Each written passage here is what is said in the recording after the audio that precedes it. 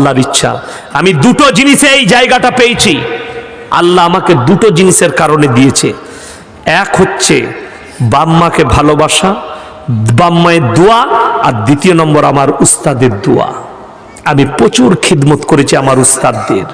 বড়দের খিদমত করুন, বাবা মায়ের সঙ্গে ভালো ব্যবহার করুন, তাদের থেকে দোয়া, ভালো দোয়া পৃথিবীর কোনো মৌলবীর হতে পারে না।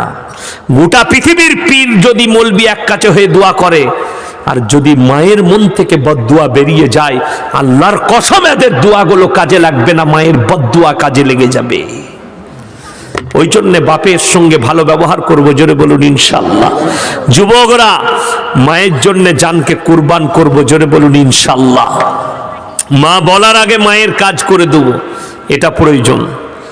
আমার বাড়িতে বলা আছে আমার মাকে, কোনো বেটার কাছে টাকা চাও না, ওষুধ পত্র, ডাক্তার, পানি যা লাগবে আমাকে বলবে। তুমি যদি আমার টাকা লাও তো আমি ভাগ্যবান। মা আমার কোনো বেটাকে বলেন না, আমাকে বলে। আমি নিজেকে ভাগ্যবান মনে করি। যা কিছু হয় সব আমাকে বলে, আমি নিজেকে ভাগ্যবান মনে করি। আমার ভাইরা সব ভালো, একসাথে থাকি, কিন্তু আমি বলেছি গর্ব করে আমাকে বলবে, কোনো ভাইকে বলো না। আমি আমার ভাইদিকে বলেছি 1 টাকা খরচ করো না, তোমরা সব টাকা জমাও তোমার সন্তানদের জন্য। আমার যদি খেয়ে মেখে সব শেষ হয়ে যায়, বাবা মায়ের খিদমত করে, আমার দুটো মেয়ে তাদের তকদিরে আল্লাহ যা লিখেছে সেটা পাবে, এটা আমি বিশ্বাস রাখি। যা লিখেছে, আমি আমার আব্বাজানের উপরে আমল করি। এত বড় আলেম, তিনি নিজের জীবনে 1 ছটাক জায়গা রাখেননি।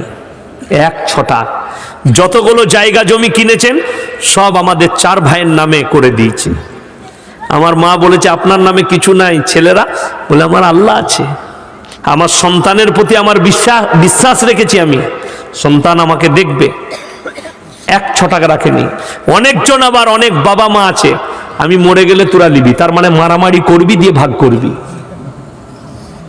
শুনে রেখে দেন, আল্লাহর উপরে ভরসা করুন। প্রত্যেকটা ভাইকে বলে যাব, যাদের কাছে সম্পত্তি আছে, মরার আগে সন্তানকে ভাগ করে দিয়ে চলে যান। আর আমরা দেখবেন বেশিরভাগ জলসাই মলি সাহেবরা বলি, কি বলে থাকি, যে বাবা মায়ের, এতক্ষণ আমি বললাম বাবা মায়ের খিদমত করো। সত্যিকারী যদি খিদমত না করেন, কিয়ামতের দিনে আটকাবেন তাহাজ্জুদ পড়লেও।